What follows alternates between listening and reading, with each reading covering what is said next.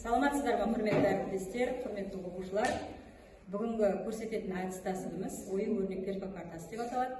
Бұл әдістің тиімділігі тарауды қорытындылауда, тест жұмысын жасауда өте тиімді. Балалар сұрақтарды, жауаптарын жаза отырып, сәйкестерін біріктіріп, өздерінің нұсқаларымен тақтадан нұсқаны салыстырады. Бұл әдістің аты ою-өрнек перфо картасы деп аталады.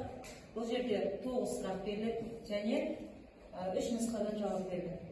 Осы жауаптарды сәйкес өздерінің нұсқаларын ұсына отырып, балалар мына ұяшықтарға А дұрыс десе А, Б дұрыс десе Б, С дұрыс десе С деп белгілеп кетеді. Соңында нәтижелерді салыстырамыз.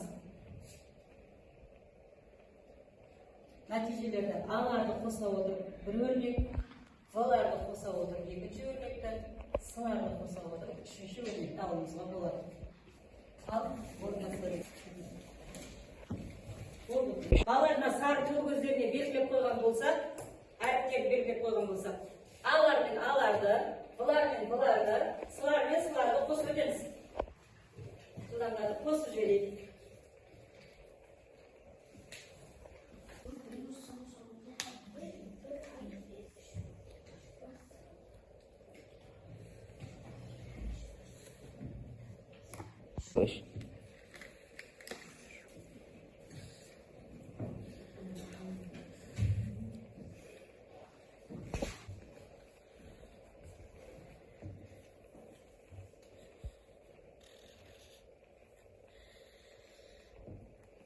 Барлығымыз қосып болдық па?